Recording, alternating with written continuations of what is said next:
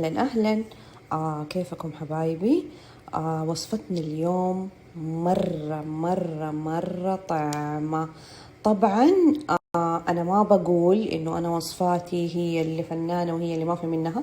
في كتير بيسووا طبعا وصفات زي فنانة، ولكن أنا بحاول قد ما أقدر بنات إني أنا أجيب لكم الوصفات اللي تزبط مع حتى اللي ما تعرف تطبخ، يعني فاهمين؟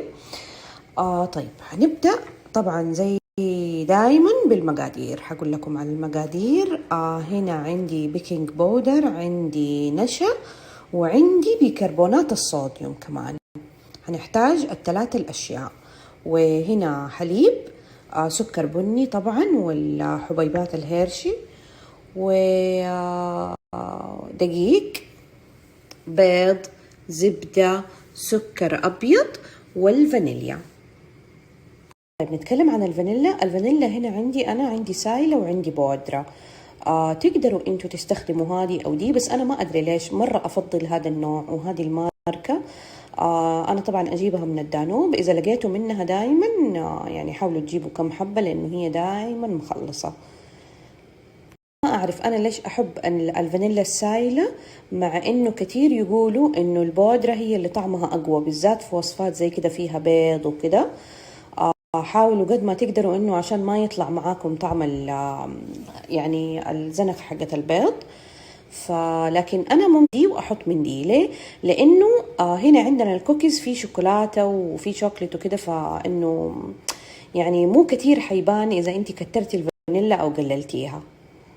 معليش يا جماعة، أنا آسفة إني أنا بكرر المعلومات كل مرة، بس عشان في كتير من جد أسئلة بتجيني بيكونوا لسه ما يعرفوا، أضافوني جديد وزي كده، فبحاول إني أنا أكرر المعلومات يعني. طيب كمان هنا بالنسبة للسكر البني بنات ننتبه إنه في الكوكيز طبعا السكر البني الرطب. أوكي، شايفين كيف يجي معاكم؟ شايفين قوامه كيف؟ تحسوه كده مرطب كأنه في موية. شايفين؟ ما هو زي السكر العادي.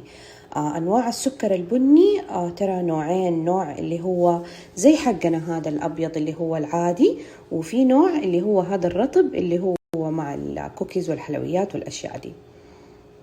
طيب هنا بالنسبة للصواني، خليني أقول لكم الصواني اللي تنفع مع وصفتنا حقت اليوم. ما أبغى أكتر عليكم وأبغى أشياء تكون حقيقي موجودة عندكم، لا مفرغة. شوفوا هذه مرة سهلة. خلاص تخلصي من الكوكيز، خلاص بس ترفعي هذا اللي يخرج معاكي. كمان يعني هذه الثلاثة الصواني كلها تنفع لوصفة اليوم.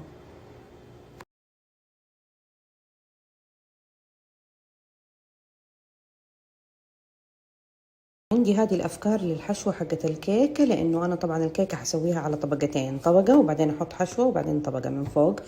فممكن تكسروا تويكس، مارس، سنيكرز، اللي تحبوه. ممكن الشوكولاتة دي مرة لذيذة، أو ممكن تستغنوا عن هذا كله خلاص وبس تستخدموا من تحطوا من هذه كده شوية زيادة وخلاص، يعني حيوفي بالغرض. يا جماعة شوفوا، أنا عندي هنا المقدار حق الدقيق. إيش حسوي؟ ححط معاه النشا والبيكربونات الصوديوم والبيكنج بودر ورشة شوية ملح، يعني أخلطهم كلهم مع بعض.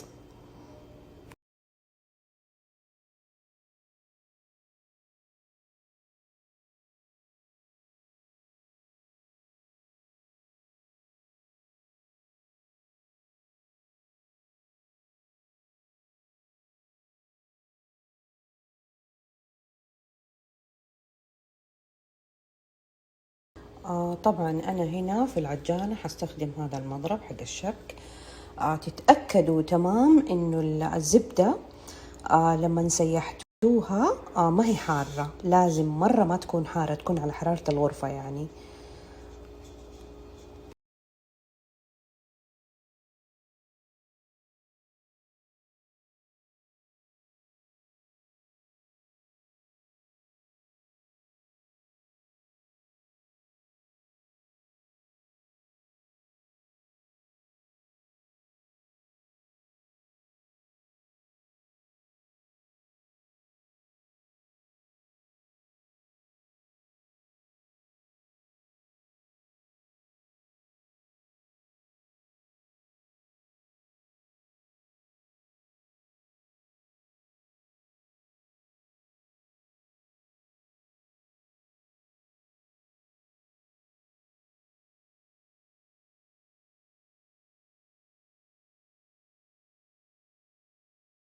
يا جماعة شايفين كيف القوام عندي؟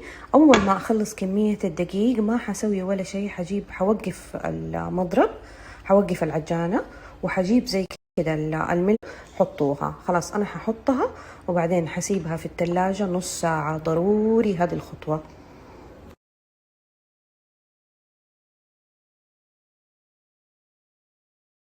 شوفوا بنات كيف خلاص، طبعا هي حتيجي مرة قاسية لاني حطيتها في الثلاجة. تفردوها كده، يعني مو لازم مرة يكون السطح مستوي، طبعا تقسموها على حسب انتوا كيف تبغوا. انا متحركة كده.